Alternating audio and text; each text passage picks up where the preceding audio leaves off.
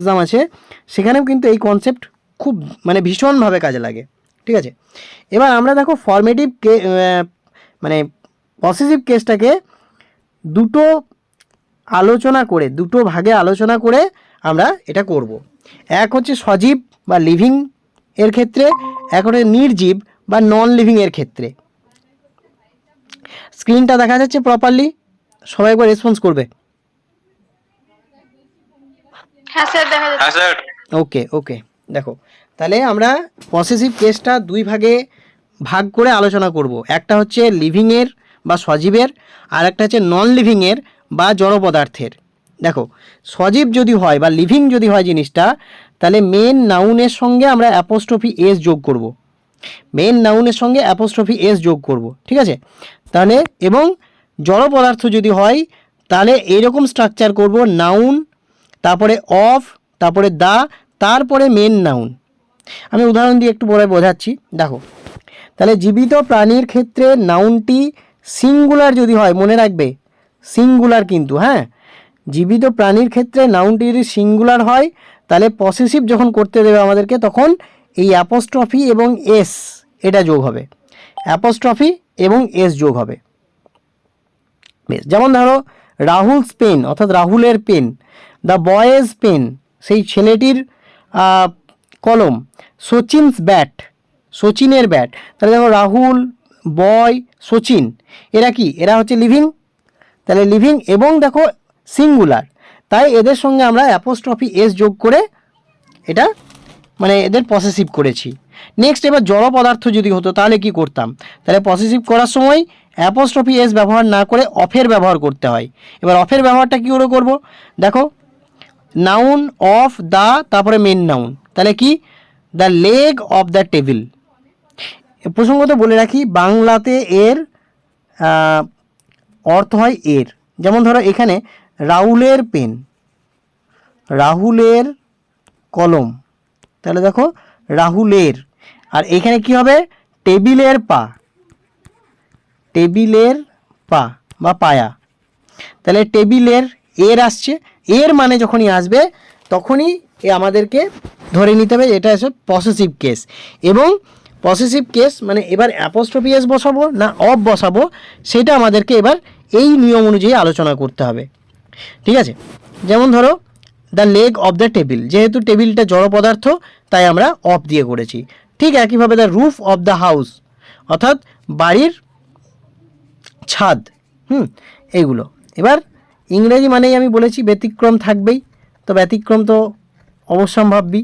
দেখো এবার দেখো যে সিঙ্গুলার নাউনের শেষে এস, এখানে দেখা যাচ্ছে না, আমি যাতে করে দেখা যায় সেরকমভাবে পাঠিয়ে দেবো তোমাদেরকে, চিন্তা নেই নোটটা।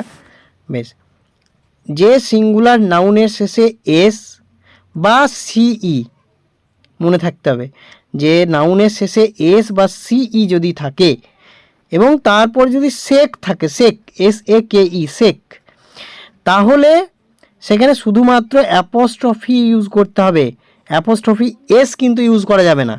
যেমন ধরো জাস্টিসের সেক, তাহলে জাস্টিস, জাস্টিস, এবার শেষে কি আছে সিই আছে, তাই শুধু আমরা অ্যাপোস্ট্রফিটা ইউজ করব আর এসটা ইউজ করব না, এটা মনে রাখতে হবে, জাস্টিসের সেক।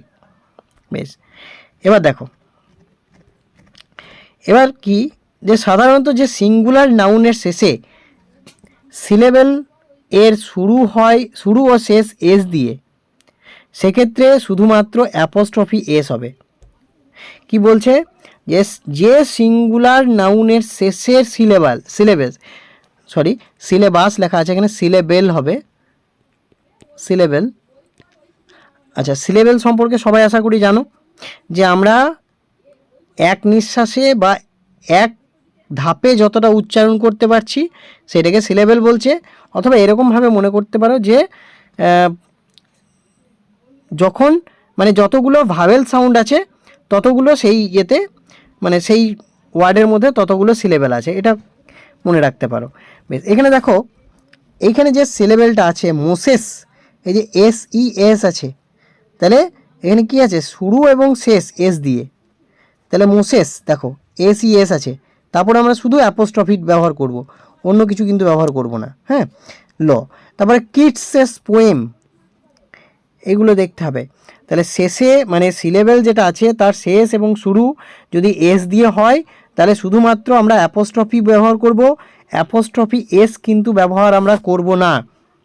ঠিক আছে, এবার আমরা এক্সেপশনে একটু পরে আসছি, ওই দিকের আগে লিভিংয়েরগুলো পড়ে নিই। দেখো এইবার তাহলে আমরা দেখো সিঙ্গুলার নাউনের ক্ষেত্রে যেটা পড়েছিলাম অ্যাপোস্ট্রফি এস, তার দুটো ব্যতিক্রম দেখলাম যে যদি সিঙ্গুলার নাউনের ক্ষেত্রে শেষে এস এবং সিই থাকে তাহলে সেক্ষেত্রে, এবং শেষে যদি সেক থাকে, সেক এস এ কে ই, তাহলে শুধুমাত্র অ্যাপোস্ট্রফি ইউজ হবে।